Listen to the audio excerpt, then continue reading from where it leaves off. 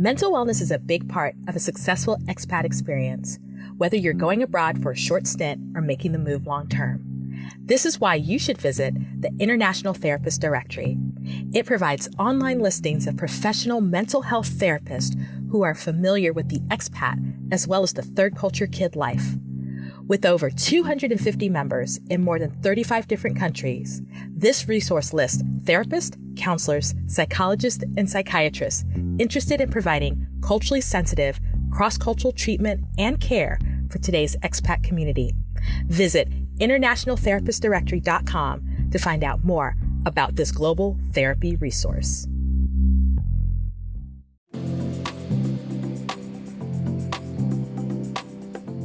I'll admit, prior to knowing Isabella Naiduki, I knew very little about the island nation of Fiji. But somehow I found myself in Fiji Twitter one day, and in the process, Isabella and I connected. I'm pretty sure she was loudly pushing back against narratives that she found damaging and unproductive. And well, the rest, they say, is history.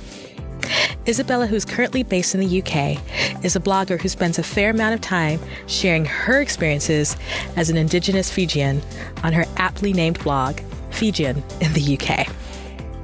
As someone from a small nation, you can bet she's often combating misconceptions and stereotypes, which she will share shortly in this episode.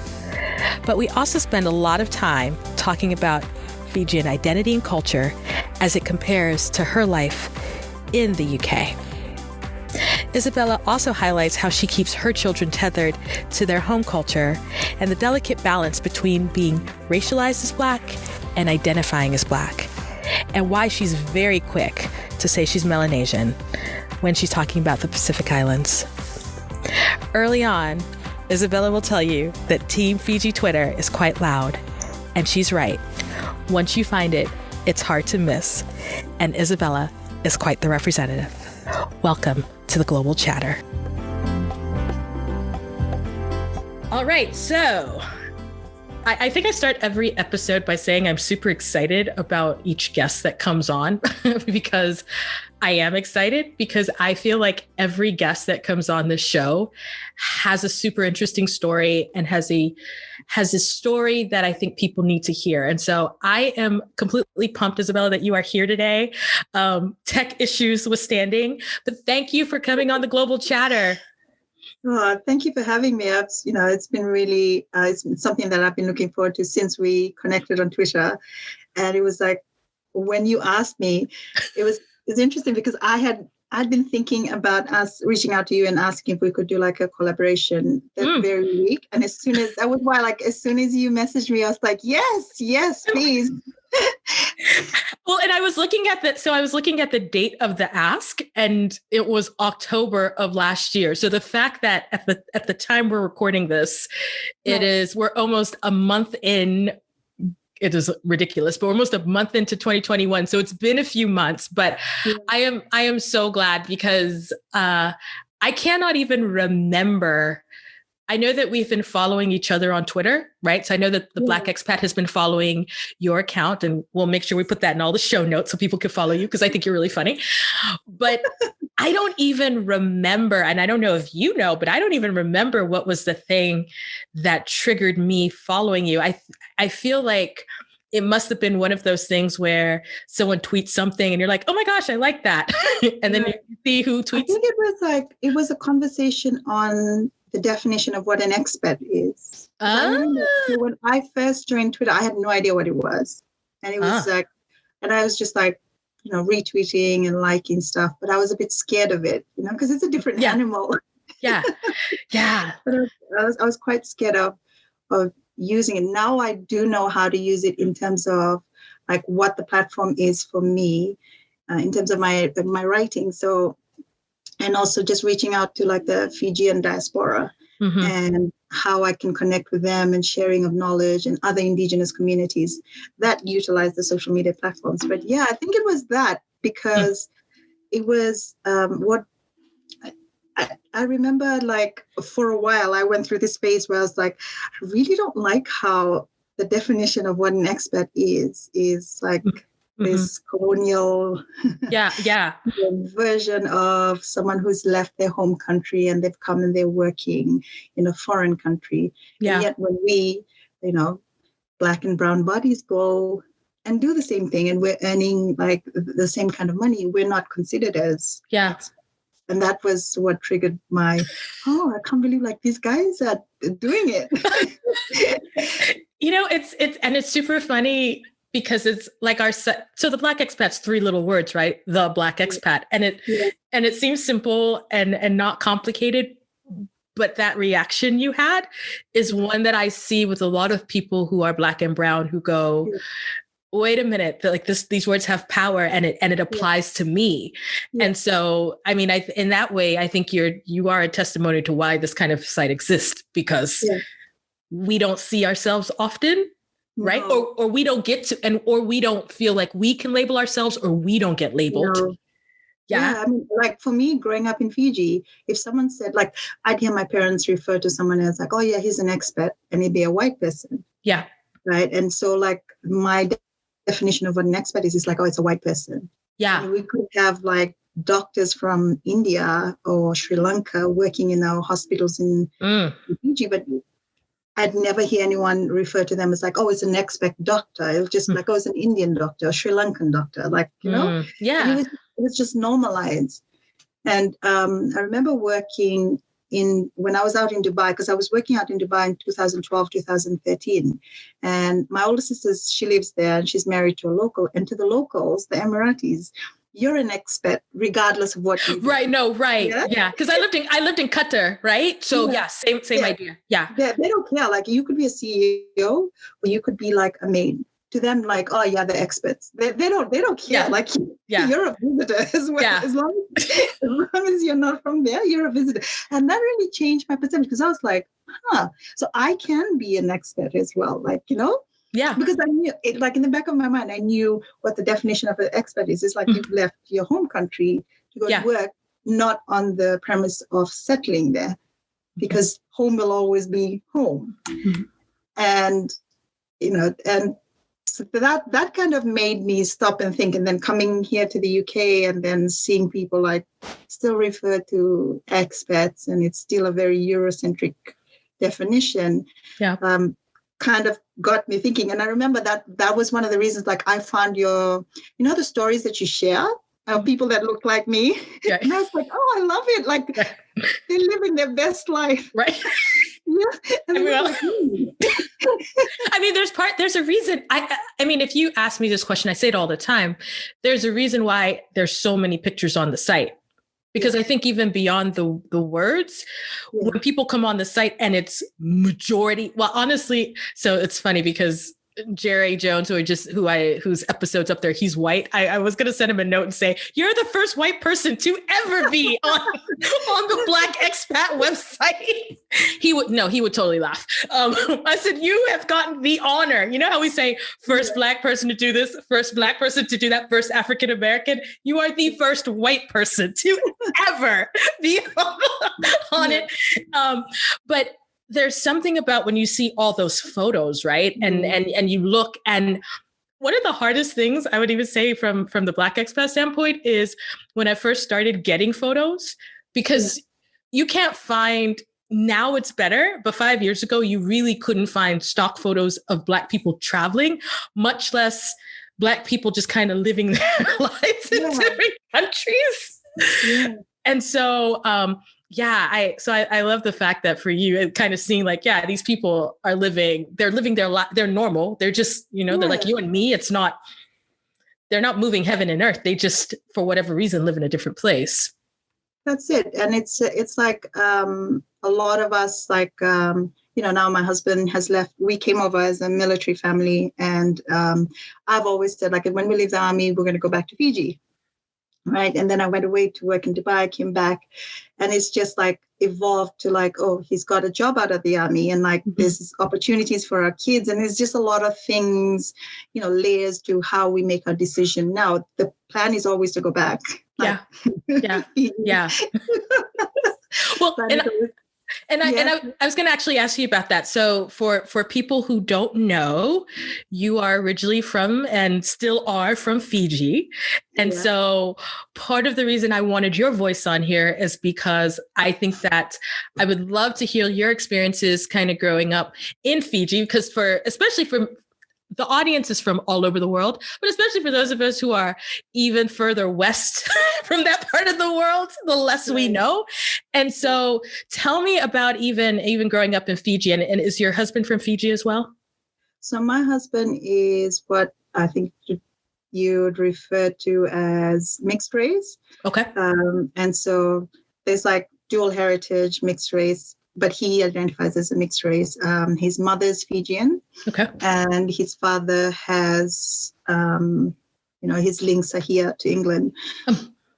And so he's brought up by his mother, though, so he'll always identify as he has a stronger bond to his mother's side. Whereas I'm full Fijian. My mother and my father both from both Indigenous Fijians. Growing up in Fiji, my parents were of the generation where, as young children, Fiji was still a colony. Mm-hmm. And so when Fiji gained independence in their young adult life. So speaking to my parents, you'd still have that colonial mindset, you can say. They still defer to don't ask, don't tell kind of, conversations. My dad just recently started opening up about his experience when it was still a colony, how his school days was. It's painful remembering it with him, but it's just, I think it's like a really important conversation to have. But for me, because of that traditional sort of upbringing, completely different to how my kids are brought up. I was brought up in a very traditional Methodist family as well. So like church Sunday morning, you had to go to church until you left the final day of high school. Then you could say, I'm going to stay home this Sunday. Yeah. So church was that's a big thing here in the States too, if you're Black. So yeah. So church was like non-negotiable. That's part and parcel of, I guess you could say, of our Indigenous identity as well, because Christianity is I think is like the majority like for religion. So you've got like Catholics, Methodists, and you've got the Pentecostal churches as well. But education-wise in Fiji I came over as a young parent, right, to the UK.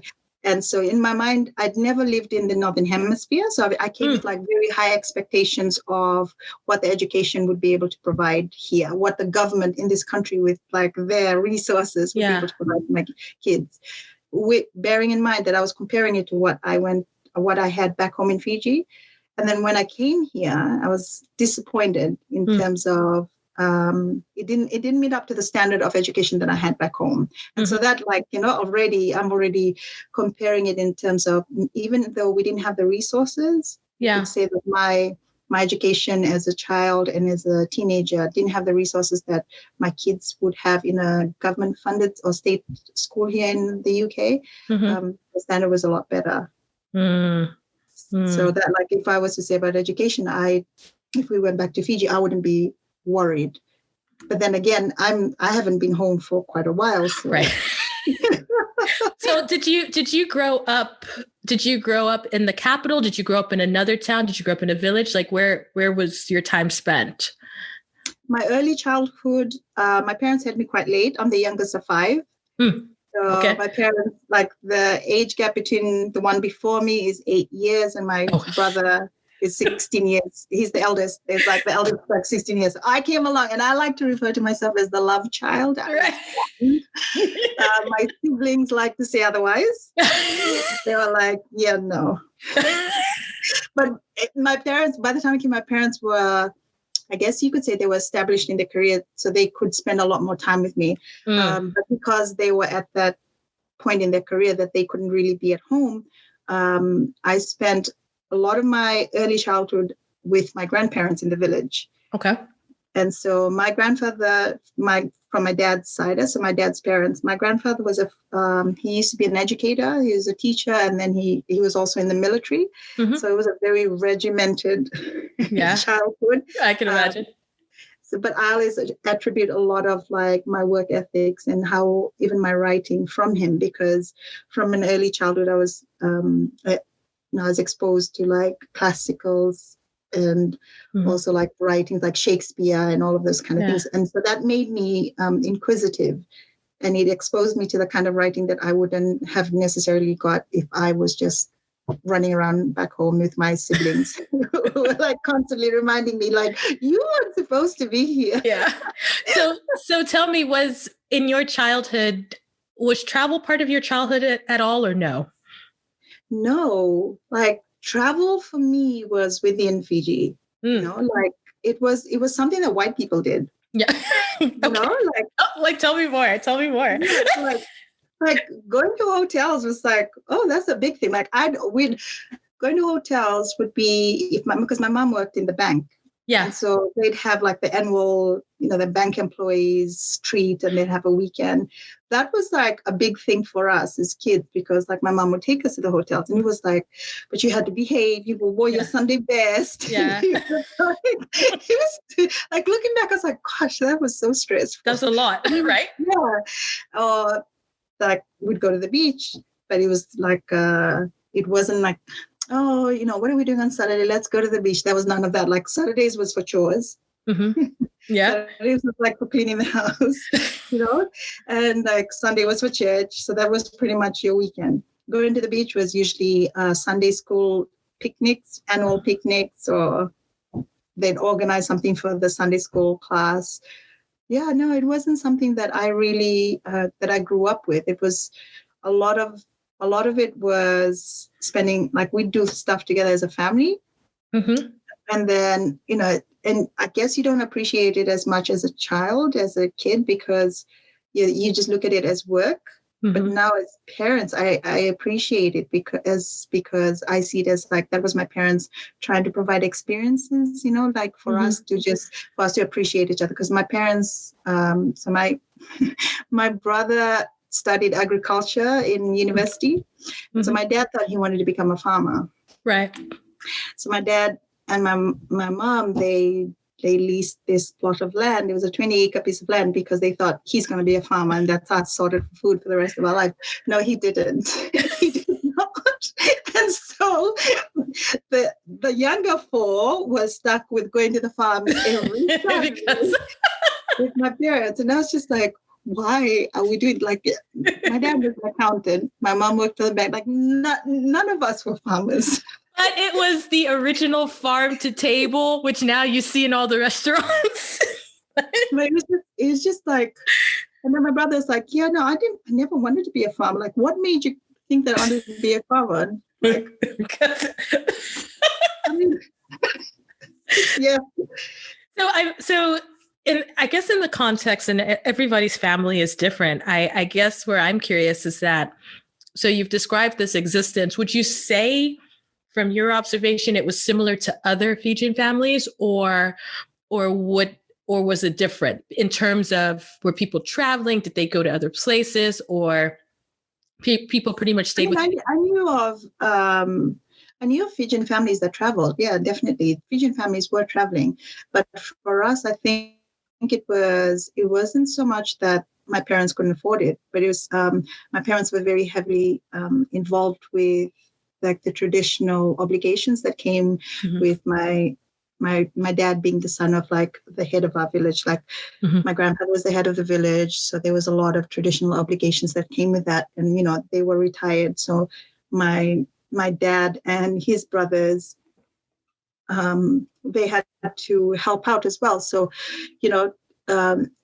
whilst they were earning enough to be able to give us that opportunity to travel, it was about like, okay, like part of this is our income is going to go to our family, and then there's the extended family, because it's very communal living, isn't it? Your wealth is not yours. It's not an individualistic kind of thing. And that's different to how me and my husband are here. Like, we get to choose what we participate in. More so me, because of my kinship, my links with our village back home, and my dad's still there, and my sisters are still in Fiji as well. So it was, I guess as a kid, you'd be like, oh, why can't we do that? Like, why do we have to go to the village? Why do we have to go to this farm? Like this farm that no one wants. That's funny. I know. And so my dad had a yellow pickup truck. And, my sisters were in their teenage years. And we'd have to drive to the farm, we'd have to go past one of the towns called Nosori. And you had to go through the town center. And this is like Saturday when everyone's around, going to town and they're doing things. And so people their age would be there. So what my sisters used to do, they used to have the tarpaulin, like a blue tarpaulin. So because we sat in the back, my mom sat in the front of my dad, and we all sat in the back when it was where people weren't like losing their mind about children just sitting in the back. Right. So we sat in the back, and every time we'd go into the town, I'd want to look around because I was at that age where I was curious, and I'd be looking around. And my sisters would tell us to all lie down, and they'd take this up and we'd cover ourselves. And I'm like, what are we doing? So nobody would see them. But here's the thing. I see parallels in your story because my family, I'm first gen, and I grew up, obviously, people use all the time, US and Cameroon. And so I understand the responsibilities that parents have, right? My mother was similar. My mom was a preteen when colonialism officially ended, right?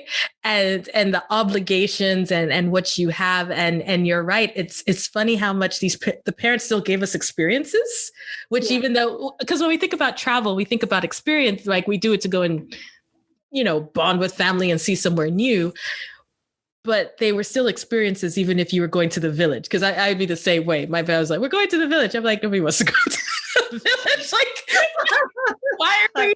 I mean, some of my friends are excited about, like, they had a really good relationship with their village. But I'm just like, but why? That first of all. I love it. Don't get me wrong. I love going to the village. I used to go for 8 weeks holiday, which is like, wow. That's like, that's intense. At the end of the year, you have 8 weeks break before the new year term started. Yeah. And I'd love it. Like, I'd go and I'd meet all my cousins. But it was like leading up to that, I'd be like, why? Why? I mean, even now I'm sort of like, my sister's so much better. My sister is, because she's the older one, right? So she's like, well, I could go do this in the village. I'm like, no. Sorry. We already know I'm the urban child. No. And so I would love for you to explain, because you started talking a little bit about your identity. And so when we look at Fiji, right, what are the groups that actually make up, like, who is there? Both, Indigenous and foreign, maybe. Right. So we have like the Indigenous and what I guess we would refer to as settlers. You have the Indigenous Fijians that make up the majority of the population, just a little over 50%, if I'm correct. Yeah. And then you have what we would refer to as the Indo-Fijians.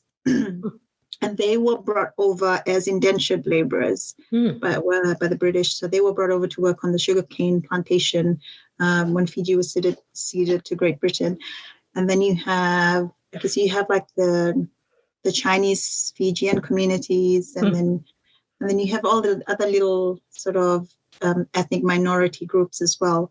But the interesting thing is, like, with the Indigenous Fijian community, you have people like my husband. Right. And so he would be, I guess you could say, they would, how do I describe it? So they would have like one Indigenous parent or grandparent, and then they would be linked to the villages. And sometimes it could be like, like a single mom. And so out of just like looking after it's almost like a kinship So if I, for example, if I had like, if I had a child and my partner and I decided not to be together, and I was looking after, my brother would say, okay, we're going to have your child written in our family name. So it's like a big thing back home. It's like cool. the family name. Yeah. So you have that. So you have those as well within the Indigenous Fijian community.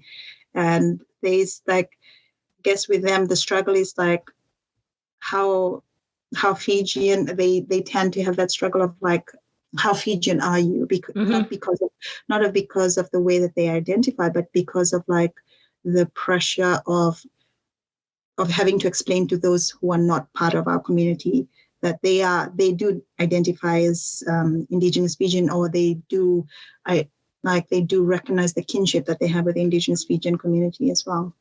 Yeah.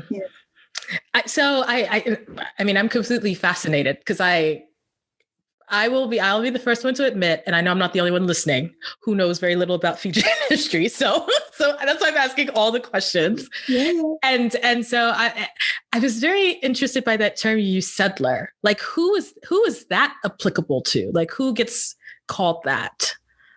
Yeah, like I think that was just my way of explaining how to be considered like an Indigenous Fijian, you have to be off the land, right? Okay. And so like the Indo-Fijian community, they've been there for generations. So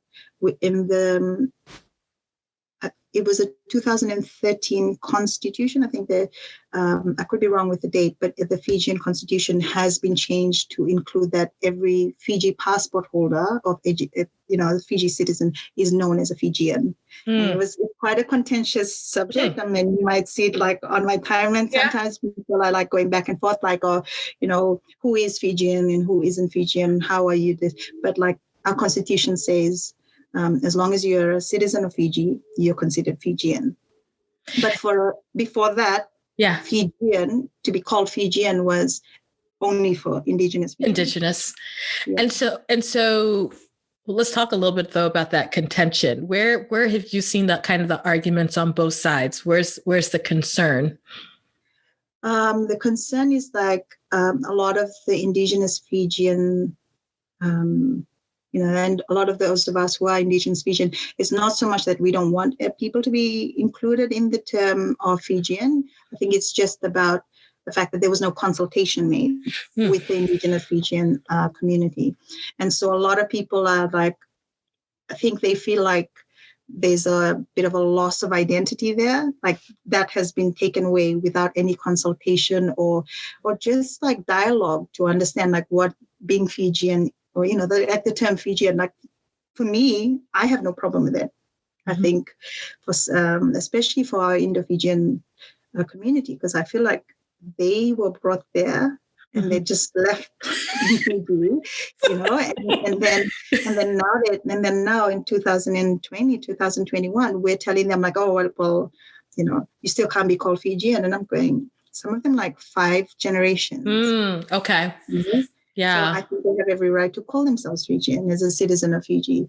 So that's why I say like it's contentious, because the Indigenous community feel like something has been taken from them. And the Indigenous communities, like, because they are the two main, I would say, communities that make up majority of the population. The Indo-Fijian community are saying, well, then where do we fit in? We've contributed to the building of this nation as well. So where do we fit in? So I'm curious, because obviously you can explain the history and what's kind of going on in your country really well.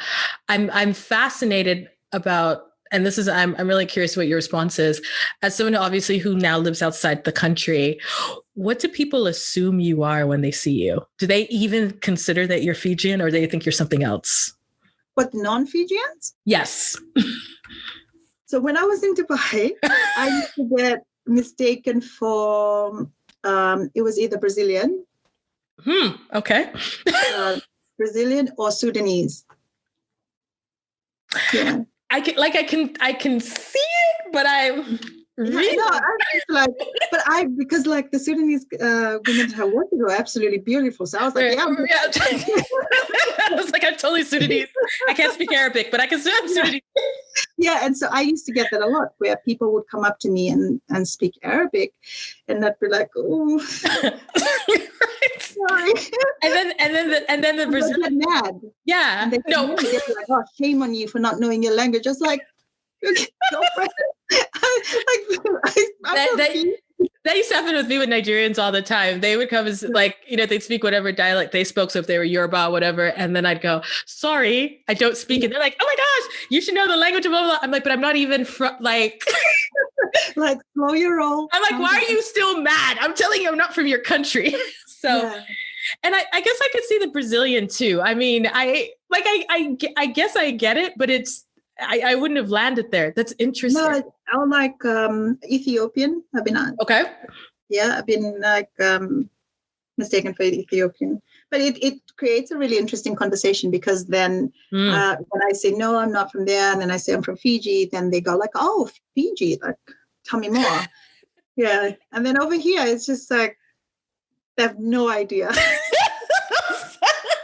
Yeah, they're like, where's that accent from? Like, someone said, is that Portuguese? I was like, what? The hell? It's not even anywhere near. But then, yeah. That's their polite way of asking. Which is not accent from. Which is completely not polite at all. Because I was going to say, what do the Brits assume that you are? And apparently they don't know either. Yeah, it's like sometimes they mishear when I say Fiji, and they're like, Fuji? Oh, Japan? I'm like, yeah. I mean, I really do look Japanese. Thank you. So do you run into once people figure out, or you explain to them where Fiji is, do you run into folks who have what you see are stereotypes or just assumptions about your country? Like, are there stereotypes you run into where people go, oh, you're from, obviously from an island nation, and just assume kind of they have perceptions? I mean, like that experience, I guess, would be outside of the military community, because the military community, they know instantly. They're like, oh, you're from Fiji, because they'll see that the features are different, and so it can't be from the continent. So they'll be like, oh, you're definitely from Fiji. But outside of the military community, yeah, I have those conversations, and it's usually they'll ask about my English. It's like really ignorant things like that. Like, you speak really good English. Like, where did you learn how to speak in English? And I'd be like, oh, the British. Came to the country. Can we talk about, just for a moment, how there are a good number of Brits don't even realize how many countries were colonized by their own country, and seem very mystified by other people speaking English. And I'm like, right. Yeah, they'll ask me that, like, God, how come I speak really good English? And I'm like, oh, I don't think I speak really good English. Like, I'm always getting corrected by my sister and my dad. So like, thanks. Yeah. Oh my God. And then things like, just not so much now. I think maybe I kind of give off that, please don't ask me ignorant questions, because I will put you straight. Yeah. But my daughter, she has gotten questions about, like, do you guys live in mud huts? Do you live in houses? Like, how do you travel? And she's like, I don't know, by the bus, the number 11. Because they've been brought up here. Right. No, like, she had this really, it was a sad experience for me as a parent, like, recognizing what it was that she had gone through, but it was just the innocence of how she took it. She was like, she's in school, and someone told her, like, oh, you should go back to where you came from. They were arguing, you should go back to where you came from. And we had just moved to Litchfield, one of our postings from the other posting, which was Colchester, and she was like, where? Colchester? And the child's like, yeah, and she's like, why? Yeah. I mean, innocence. And you know what? Innocence, though, innocence is bliss. They say ignorance is bliss, but innocence is bliss. And it is a funny story, because the person who said it probably was not expecting. Exactly. She was confused because she came home and she's like, why do they want me to go back to Colchester? We've literally just arrived. And I was like, yeah, true. And so I guess then I'm wondering, the person or the child who said that to your child, where they were assuming your child can, like, because the interesting thing is I've heard that slur used particularly for folks who are coming off of the African continent, right? Like I would hear where they're like, well, why don't you go back to Africa, or some variation of that. And I'm trying to figure out where did this child imagine your child came from to even because there was a Jamaican student there, and people used to say, oh, is that your sister? And they look nothing alike. And she's like, no, she's from Jamaica. And then be like, because if you meet my eldest, she's like very soft-spoken. Right. So she's like, just like, where are you going with this? And you know what, though? It's actually kind of funny because it is shade, but it's like, she's not intentionally shading, but the way it comes out, it sounds fabulous. Yeah. She's just like, I don't think we're on the same page here. Oh my gosh. And then how old is she now? So she's 16 now. Yeah. So my oldest is 16 and I have a 9-year-old and a 4-year-old. So she was born in Fiji and moved over when she was 5. Didn't speak a word of English. And so that was an experience in itself as a young parent, because we start school at the age of 6 in Fiji. Yeah. So for me, like the way I parent is like how my grandfather brought me up. He didn't see it as a priority to learn English because he said you'll learn it in school. Mm-hmm. And so I did the same with my daughter. Okay. It was more important for me for her to speak our language and know our language. But when she came over at the age of 5, by then it's year 1 here. Yeah. So they've already spent 2 years in school, which doesn't even include the 1 year that they would have done preschool. So technically she would have been in 3 years in school if she had been brought up here. Yeah. So she really struggled. So the first 3 months we had to stop speaking to her in Fijian. We had to speak to her only in English so she could catch up, and she caught up. Bilingual kids, they pick up new languages so easy. The sad thing about it, though, is that because we were so focused on getting her to be at the same, level the playing field, I guess, with her peers here, is that we stopped speaking to her completely in Fijian. Yeah. And so she understands Fijian now, but she can't respond in Fijian. She's trying though now. I think she's making more of an effort at an older age, but she understands me when I speak to her in Fijian. What about your 2 younger children? Oh, they think they know how to speak in Fijian. They think No, they think they know. Like I had my niece and my nephew come over from Fiji. They came to join the military. They came to join the army, and we'd be like rattling off in Fijian, and my 9-year-old would be sitting there just nodding, like agreeing. Just like, what? Like, just want to be included. Yeah, because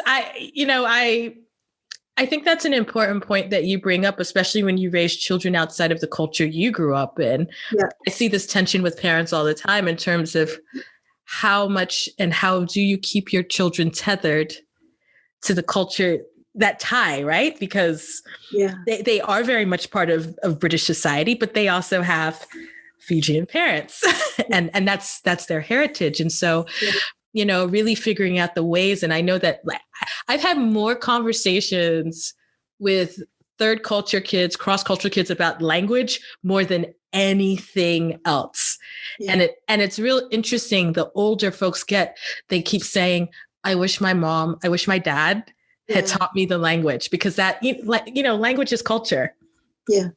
Yeah. And so it's interesting as I talk to more Black TC, more third culture kids, where they are just like, I wish mom and dad spoke to me so that they could be able to speak to other family members, even not even necessarily you. Yeah. So my dad calls and he speaks to them. It's so funny because my husband, he speaks Fijian quite fluently. He speaks it well. And so my dad, if he's calling and he's video calling us and my husband's sitting there, he'll say something in Fijian to me and then he'll turn around and my husband's name is Neville and he'll be like, Neville, I just told her. Like, why are you translating? He understands. It's the children that need a translation. And that just made me think of like a really funny story. So when him and I were dating, I told my parents like, oh, I've met someone and I'd like you to meet him. And so he comes home and my parents were like, because my parents are very traditional, like, you know, ideally they would have wanted me to marry like a full Indigenous Fijian man and do the whole traditional, you know, the proposal and all of the things that comes with it because I'm the youngest. So I was the only one who didn't have that whole traditional, you know, the rites that comes and all the practices. And so I bring him home and my mom's like, she's like, he's sitting right next to me. And then my mom turns to me and she's like in Fiji and goes, of all the men, you had to bring one who's half. You know, in Fijian. And I was like, you do realize he speaks the language. Like his mom has taught him. She doesn't care. She's like rattling off. And doesn't care. Yeah. Yeah. But then the funny thing is like, if you sat with me and my family, you'd think he was part of the family and I was the in-law. Like, you know, because he speaks the language and he's very close to them and he's because of his mom as well. So it's like I said, like language brings people together. Yeah, and that's a beautiful story. And I mean, my mother does this stuff all the time too, where she says stuff in the dialect and and then I'm just like, you do know that person does understand. Or my sister will do it, or you know, if it's a good day, they'll do it in French, and I'm like, you do know that person understands French, but like, but they'll do it in the dialect, and I'm like, oh my gosh, I think they understand what you said. But you know, I think this is a really good segue into the fact that I have done some reading that you have a site called Fijian in the UK. Yeah, and that I know that part of it, this is me putting it in my own words, but part of it really is to amplify kind of the Fijian voice and really to talk about your experiences and your observations. And so anyone who knows me is that I'm really good about reading Twitter in the middle of the night, which means that there are different time zones going on and stuff will hop up. And I think you wrote about this on your site to a certain degree. Actually, I'm pretty sure you did. But I had seen something fairly recently. I want to feel like it was the end of last year where you had a couple of battles going on. Okay. What's new? I was like, I'm trying to be better. I know. I was like, this one, she chooses chaos every time. Yeah. I was talking about like every time. Every time. And I'm like, you know what? If someone's got to throw the grenade, and so throw it with a smile on your face and know it's you. And so I was trying to follow along because I know that you were having a pretty intense discussion and we're making points about colorism that you were seeing within the Fijian community. And I'm trying to kind of pull back, but I know that I remember it because I remember you were advocating and going hard on the behalf of dark-skinned Fijian women.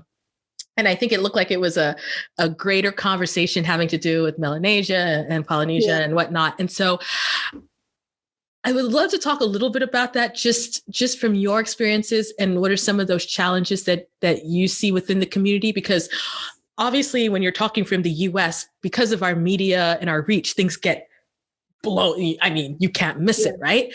But there are similar issues that are going on in other communities where I think are worth discussing. And so can we kind of backtrack and talk a little bit about what kind of got you on that whole thread? So what started was this guy, this Fijian guy. He just tweeted, like I had seen his tweet and I decided like, no, not today. Not today. So I scrolled and I didn't even address it because I was like, you're just stupid. Like, I'm not going to waste my time. He had written that he wanted to have babies with white women because they're just, you know, he used words like their genes be balling or something like that. And that's like, so I scrolled and I didn't, but then I think it's the person I was responding to said that they appreciated, and I think it was like the use of the word appreciated that triggered me. It's like, no, you cannot appreciate someone's ignorance. You have to call them out. They appreciated that he had come out and said the things that he put out into the universe about how he didn't want to have children with Fijian women because obviously he said he actually came out and said that our children wouldn't look as attractive as the children he'd have with white women. And I thought, you know what, as a child, I would be called names. I'd be, like my dark skin would be made reference to looking like a monkey, or I'd be told like, so the traditional food in Fiji is made in an earth oven. And so I'd be told like, oh, did you get dropped in the earth oven, the lava, because you'd be out in the sun and I'd go really dark. But I was fortunate where my dad's brothers, because I was the darkest out of all the kids, must have recognized that that I was being teased for it. So they'd make reference to like my beautiful dark skin. They'd always compliment me about like the way I looked or my hair. So I grew up with a lot of like affirmations about it. So it wasn't something that, it hurt my feelings as a kid, but it wasn't something that like held me back. Yeah. And I think, but it was like when it started to transfer into as an adult, as an adult where, you'd openly hear comments being made about, oh, they're not attractive because they're dark skin, or you'd have like backhanded compliments about like, oh, for a dark skin, you're quite pretty. Like, why can't you just say I'm pretty? Yeah. Or they'd say like, oh, she's lucky she's quite smart for a dark skin. I'm like, dude, like just get out of my face. And so it started from that, and it was like the transference of like them telling me that they're tired of having to hear this kind of derogatory, and I'm like, how tired are you? Like, let's get in it. How tired are you? Like, don't tell me you're tired, because you've only just started to realize it now as an adult and recognize how toxic it is within our community. Because dark skin is seen as unattractive, dark skin is seen as ugly, as like undesirable. It's not something that if you put a dark-skinned Fijian woman and a fair-skinned Fijian woman in front of children even, and ask them to pick, like, who do you think is more beautiful, they'll pick the light-skinned one, And so, that was, I guess, the triggering thing for me wasn't so much the initial ignorant tweet. It was just like, if you're going to be an ally, like, come at me correct, right? And don't say that, like you're tired or you have the lived experience as well, because we have different lived experiences. Like you might be oppressed as a female, as a Fijian woman as well, but it's not the same. And I think there's like layers to it that people really need to understand as well, is that sometimes there's like childhood trauma that people are trying to unpack as well as adults. Yeah. And so I guess the follow-up question is that, where do you think kind of the roots of this colorism have come from? And maybe maybe you don't know, but just in your observation, where do you think a lot of this started from? I think it definitely came from, colonization. Yeah. Because when the British came over, they had the access to wealth. Yeah. They had the bigger houses, they had the education, they had the access to education, they had the jobs that people wanted indoors, they had like the office jobs. Yeah. And then these white men would have children with Fijian women, and their children would be lighter skinned and would be, like that, how we were talking about the close proximity to whiteness, Yeah. So their features were more Eurocentric. And so it started to sort of have the divide of the desirable and the undesirables. Mm-hmm. That's what I think. That's where I think it started. But I think it's now been influenced by social media, by movies, a lot of things that we are consuming at an insane rate. Are filled with people that don't look like us. And that's why I said, like, your website and the pictures that you post, it's not about us suffering and Yeah. it's people just living their best life. And I'm like, Right. oh, I could do that. Right. Like Right. I could go and do exactly what they're doing. So yeah, but I think for me personally, I think it started from colonization. And is it, I mean, we talk about social media, and obviously social media is a global phenomenon, but even in Fiji, in terms of media that, or local media that people are consuming, do you still see that colorism maybe in who is in advertisements or who is in music or who's in, like, do you see that as well? Yeah, I mean, one of the leading beauty brands in Fiji, there was a big thing on social media about them using mixed race models and saying like, like, and when they were questioned about like why couldn't they use like an indigenous Fijian, they said, well, we cater to a market that needs to have a model that looks like them.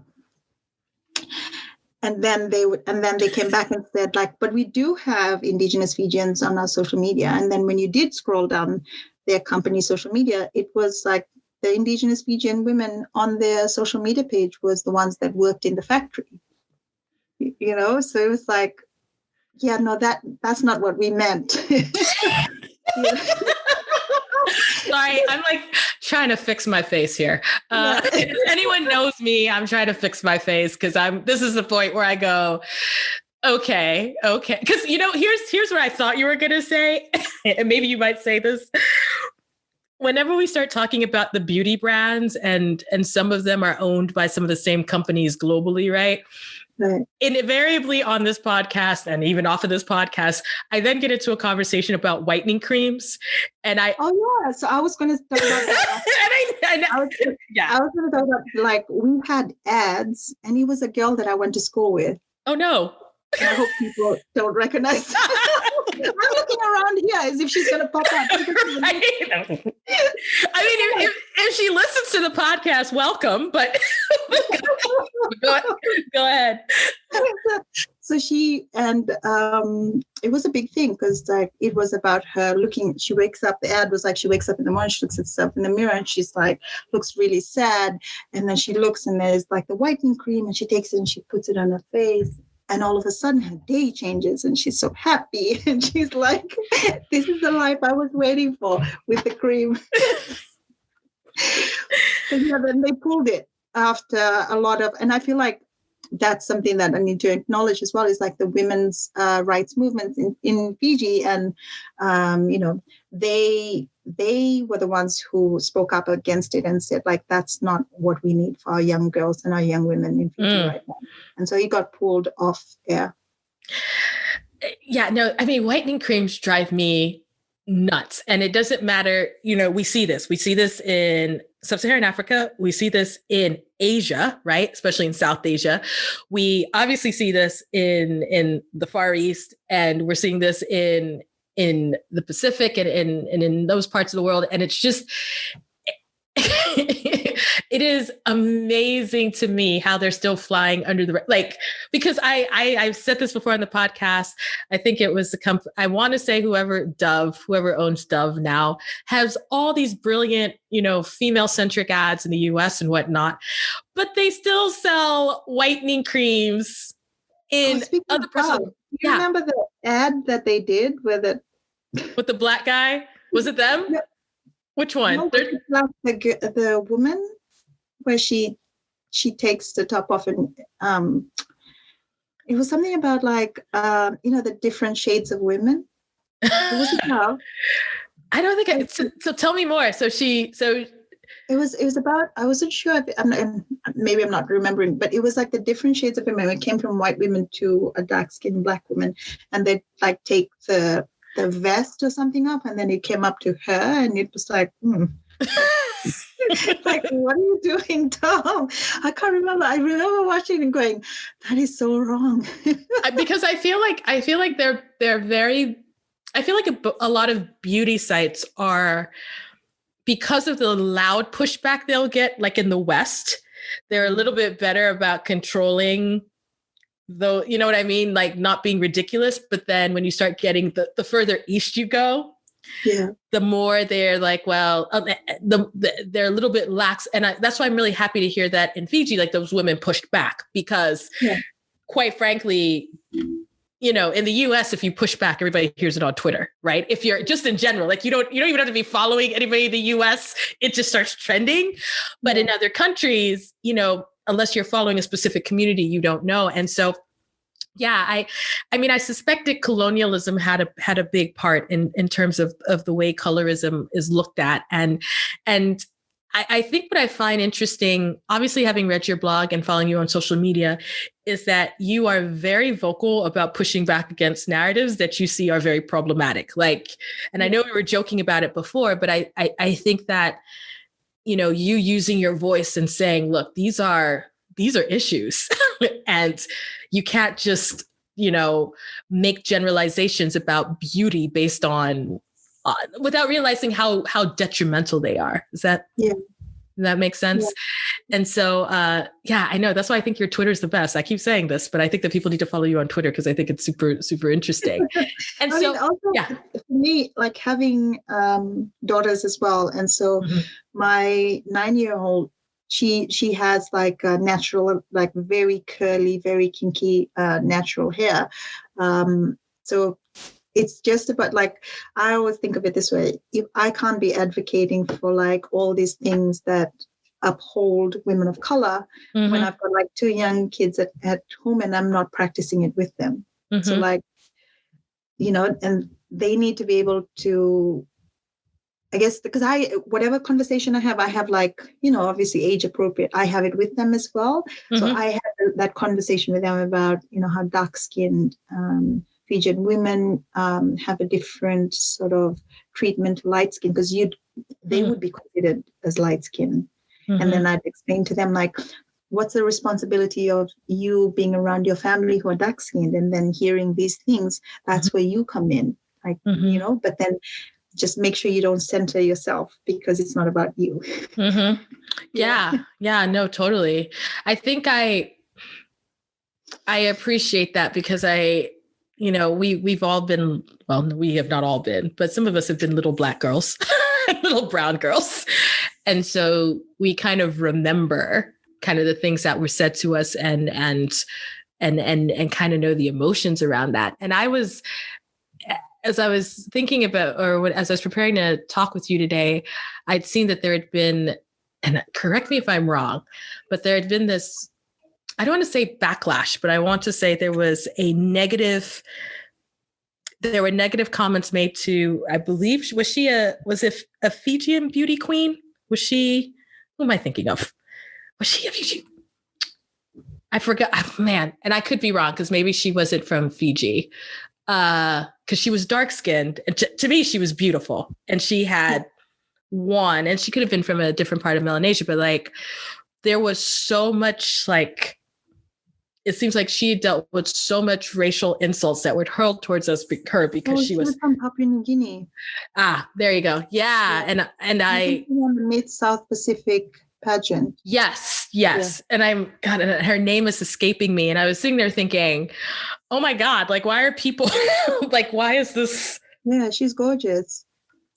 Why is this problematic? And it was just because she's dark, like she's very dark skinned. Yeah. And I just kept thinking, oh my goodness, we are dealing with those legacies of colonialism in different parts of the world, aren't we? Like we're still dealing with things that were brought over because there's no rational reason why you should be insulting her. Yeah. Beyond the fact that she's and then you have to ask yourself why are you so bothered? Yeah. Because she's dark. Yeah.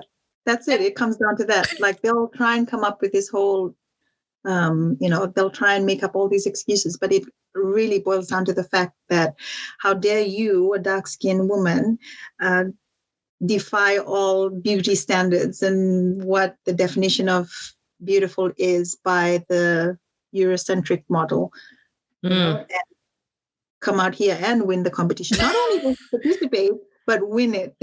Right. Because I kept looking at her and going, okay, she's beautiful and I love her features. And I mean, it's a beauty pageant. So This should not be complicated.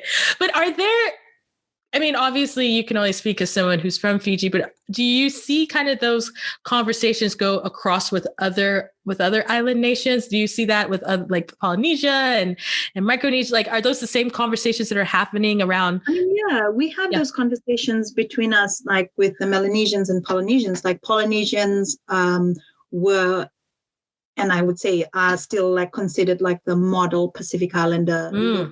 And the features because of their close proximity to the white. You know, their skin tone is a lot lighter, their hair is a lot straighter, you know, they don't have that milky sort of hair, majority of them. And so even within their communities, the Polynesian communities, like you'll have some dark-skinned Tongans, some dark-skinned Samoans, and they face the colorism. You know, so whilst like Polynesians are seen as, like I said, like what would be the model looking for what would be like, you know, the desirable Pacific Islander. They have their own little issues with like if you are too dark to be in the Polynesian, and then you have us, the Melanesians, and like the whole. The name Melanesians by like the French, is he like anthropologist or was he an explorer, D'Urville? Yeah. And he called us Melanesia, meaning of Black Islands, because of the color of our skin.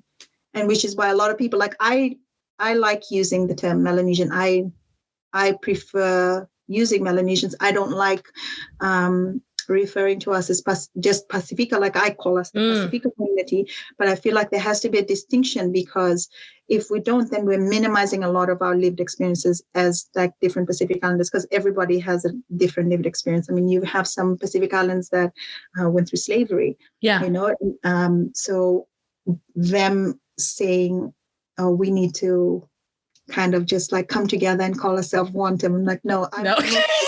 You know, there's a negative connotation to it because of what it means. Yeah. And then you have the Micronesians where, because they're quite a smaller number in terms of like, you know, a smaller part of the Pacifica community, there's like this at times where their voice is almost like minimized when we're having this diasporic argument.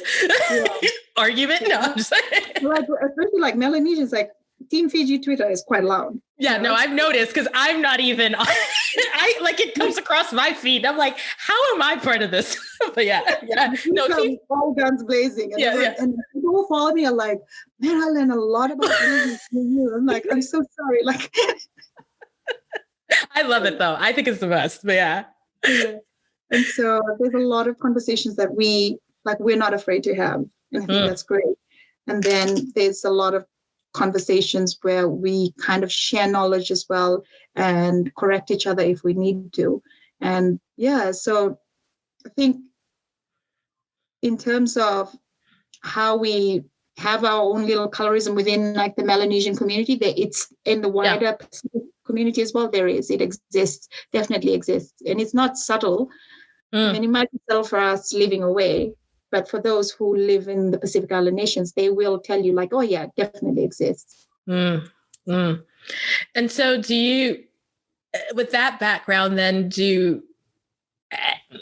and it's interesting because people have their family stories start from a bunch of different places, but then do people then identify themselves as Black, or is that not a term that they would use? See, that's an interesting thing as well. It's like it depends, I guess, like where you grew up. Yeah. Right.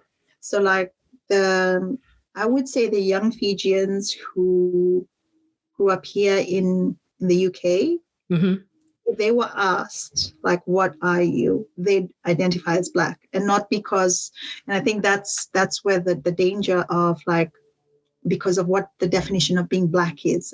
Being Black is like, you know, there's a whole experience that comes with it that we cannot co-opt by identifying ourselves as Black. Yeah. So like for the young people, I think it's because of, again, their lived experience of growing up here as a minority, being called the reason they identify as Black is because the Black community are the ones that have included them. Like even though our closest, I guess you could say, relations would be the South Asian community. The South Asian community is someone like we. It's hard for us to relate to their culture because it's so different to how we live culturally and like our lifestyle. So like I think that's one of the reasons they gravitate towards the Black community here in the UK, and also like how they're treated. They're racialized as Black, and so they tend to identify more as Black here in the UK, the young people. And it's been a lot of there's been conversations where the Fijian community in the US don't think that it's right for them to identify as Black because the American experience is completely different to the Black British experience. It's still the same, oppressive measures that they go through, but it's slightly different. So they like, you're a person of color, and that's where they kind of like ahead. And it's hard for me because like my kids, they get called Black. Right. Right. Because if you walk down the street, like that's the thing. I wonder if you walk down the street, I don't think anyone's trying to think. They'll just be like, oh, there's a Black woman walking down the street. Yeah. Like for me, because I grew up in Fiji, there's no such thing as skin. Like you're Fijian or right, of course, Fijian, or of course, your village. And so, like coming to the UK, I say this to people, and I feel like there might be backlash to me saying this, but I didn't realize that my skin color was considered Black, in the terms of the context of what Black is until I moved to the UK. Yeah. And then I had to fully understand what that means, what the difference between being racialized as Black and identifying as Black. Yeah. And I think that's powerful. And I have that because I run a site called The Black Expat. I have that conversation all the time with people from different parts of the world where it doesn't matter. Let's just say they're coming from a non-Western context. And then they enter a Western context and all of a sudden they have to think of themselves as Black in a way that because like what you said, if they're from sub-Saharan Africa, they're thinking tribe, ethnic group. They're not thinking, and because not everyone, but most people are Black. So it's not like, oh, you're Black. Okay. Yeah. So am I, whatever. But it is, I've had this conversation with Kevin Donal, who's in France, about the differences between Black French who came relative recent immigration and Black French who it goes back to colonialism and whatever, how they see themselves. And so I like to ask that question just because even if you don't use the term, I think everybody collectively says, but I get called it, even if I don't, because I understand the history. And so,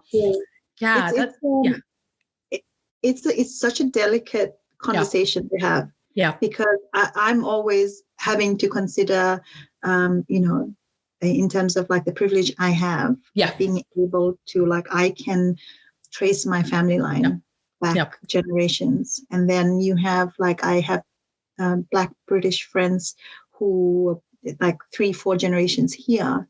And that's as far as they can go. It's like the first person that came here. Yeah. And so like, having that conversation and being appreciative of the fact that they include us, understanding that we're a minority within the minority ethnic. And so that for me is like, I really appreciate that as well. But then understanding that there's the delicate balance of understanding when you're racialized as Black and identifying as Black. Absolutely. Yeah. No, I think that's a real powerful way to say it. And I'm always encouraged that no matter who I talk to, if they find a Black community, they tend to be embraced. They're like, we get you didn't grow up the same way or you grew up different, but we also know that you're going to be seen Black. Yeah, in the headlights.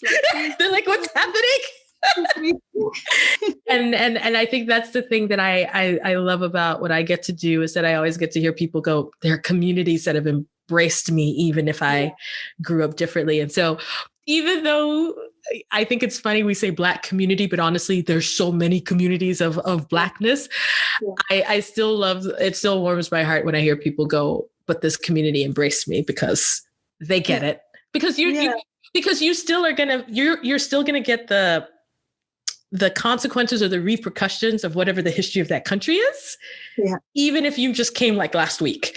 So, so they're just like, you know what? Let me just make sure you're okay. So that you can make it. That's it. That's like, and it's almost like you could just have met them like that day, and you already have like, you know, that language. I don't know how to explain it. Yeah. Like you can already finish each other's sentences. You know what to do. Like if you went into their home, you knew exactly what to do, which was like, go, you're no longer a guest. No. You're hungry. Yeah, go help yourself. and so obviously, as we start to round up, you are in the UK, which we know at this point. What has the experience been for you as an adult? We obviously talked a little bit about your children, and you have a site called Fijian in the UK. And so what's been the experience for you living in the UK, and maybe some of the challenges you've had to kind of navigate outside of home spaces? So for me, it's I miss my family. That's definitely my extended family. I miss like my dad and my siblings because I haven't been able to see them quite often. And it's just like, you know, like having that network to help with my kids. Yeah. You know, mom's not just a taxi ride away. Dad's not just a phone call away. I feel sad for my kids not having that experience of growing up around cousins and other family members. The only interaction they have with my family is through, you know, online and being able to speak to them on a video call if they're lucky. That's one of the things, like for me, it's just like the loss of that family kind of bond that I grew up with. Yeah. I feel sad for that. The advantage, I guess, like some of the things that for me as for me and my husband is like we've literally been left on our own. Like we've had to learn on our own. And I think that's so important for us. For those of us who come from extended family kind of background, is like we don't have the outside noise distracting us from learning to coexist. You know, and when people like my friends from here, like when I try and explain that to them, they're like, oh, like they don't understand, because if we were back at home, I'd always have my family to vent to, and then they'd be like, oh, they'd influence some of the decisions I make, and then my husband. So like we've literally grown up together as well, if that makes sense. Yeah. The opportunities for me is like discovering that I love travel. You know, I love travel. So that's something that I think I'm going to impart on my kids as well. Just it's not so much about materialistic things, but more about experiences. So maybe I've taken what my parents instilled in me in our experiences. And I've added a bit more to it, and maybe when they have children, I'll add a bit more. I'll take it to the next level. Yeah. So we're just taking it slow. Oh my gosh, and that's such a beautiful way to kind of segue into what I call my 3 lightning round questions, because actually it's jumping off of something you just said, and so as we start to close out. I'm going to ask you these questions, and whatever comes to the top of your mind, just tell me, and I may ask you to explain. So, first question, for someone who has never been to Fiji before, what's one thing they should absolutely do? Oh, wow. I would say, oh my God, I've just gone blank. Go surfing. Yeah? Yeah, go surfing. I would say try the rat's tail. The rat's tail? That's out on the Suva Harbor. Okay. Rat's tail. Okay. Rat's tail, is that what we're looking for? Yeah, I think it's there. That's what it's called. Why surf? It's an experience. I was gonna say, why surfing? It's something that I chose to do with a friend of mine. So she was like she was really good at it. She represented Fiji, and it was something that she introduced. I'm not that great. Like, I make it sound like I'm this person. Like, I have no hand-eye coordination whatsoever. But I loved it because I love the ocean, and so for me, it was like the first time I actually chose a sport or like an activity, and it wasn't chosen by me, by my mom. It wasn't chosen for me by my mom, because like all the sports I did was like, my mom was like, yeah, you're going to do that because there's like things that you can use that your sister used. Yeah. So it was cost effective. All right. Second question. If you did not live in the UK and Fiji wasn't an option, where would you live? Japan. Why? Not because they think you're from Fuji. No. I find their culture so fascinating. Like, just how everything's just quite regimented, and there's a purpose to every action. So I think there's like, it's intentional. Like, they don't do anything randomly. I feel like there's a lot of like to make a decision to do something, and you can see it in their art and like their food. There's no wastage. So I feel like that's something. It's very simple, but also very intentional. All right. Last question. If someone were moving for the very first time and leaving a culture like you, that you had grown up and lived in for a significant amount of time, what's one piece of advice you'd give them? What's one piece of advice? Lower your expectations.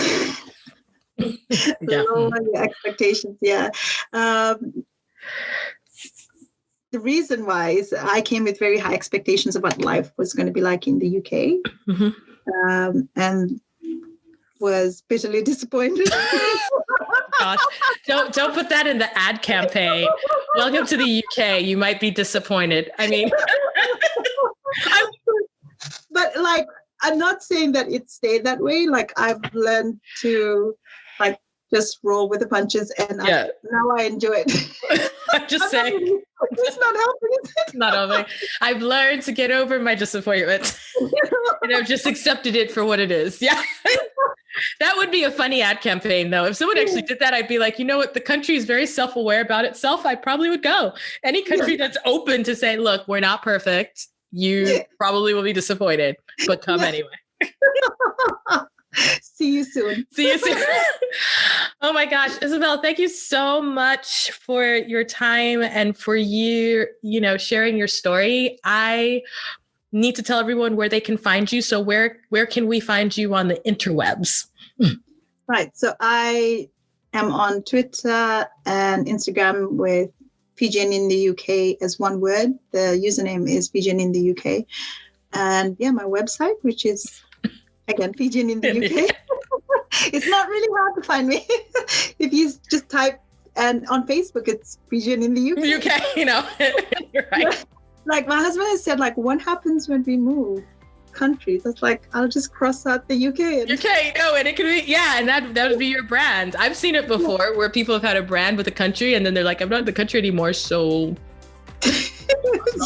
and write the other one on top. Yeah. Oh my gosh. Thank you so much. I have appreciated you and everything that you've shared. And I think we can all walk away knowing a little bit more about Fiji, but also some of the social and political issues you've shared. So thank you for coming on the Chatter. Well, thank you for having me. Oh my gosh. Till next time.